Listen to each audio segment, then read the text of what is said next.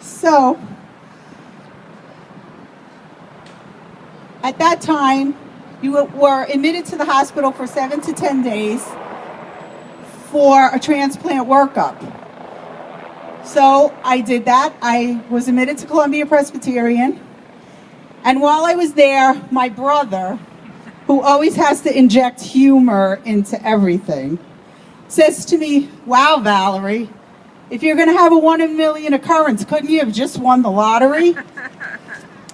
So, fortunately for me, I was about to win the lottery, because the next day, Dr. Robin Barst walked into my room.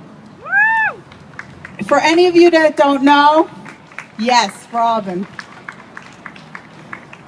Dr. Robin Barst was a pioneer in pulmonary hypertension research who tragically recently passed away.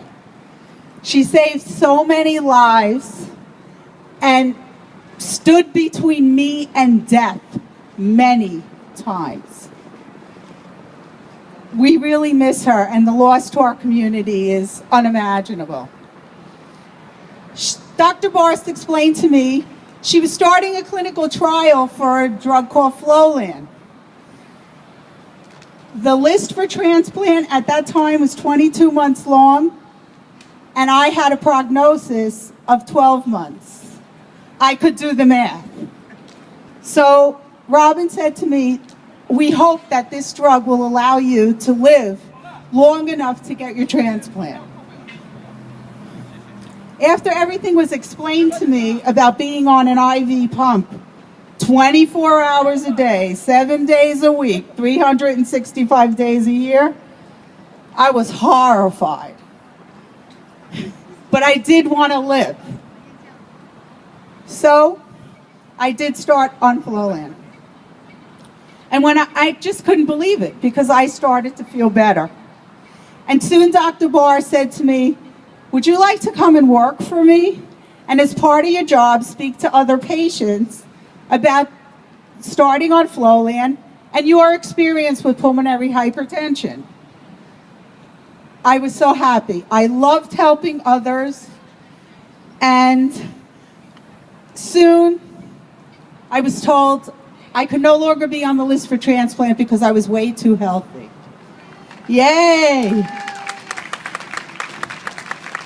But I did feel guilty then, and I do feel guilty now, because there's so many more patients that suffer every day and struggle just to do the most basic of tasks in their life, and who have died much, much too soon, way before their time.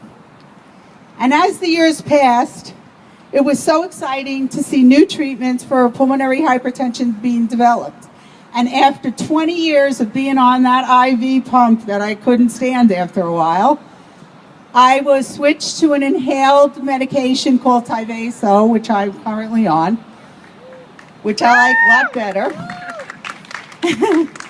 And it's amazing to me how many treatments have been developed since the time when I was told there were no treatments, and how much support we receive through the Pulmonary Hypertension Association. But this will only continue to happen with our action, both financially and raising awareness as we are today at this event.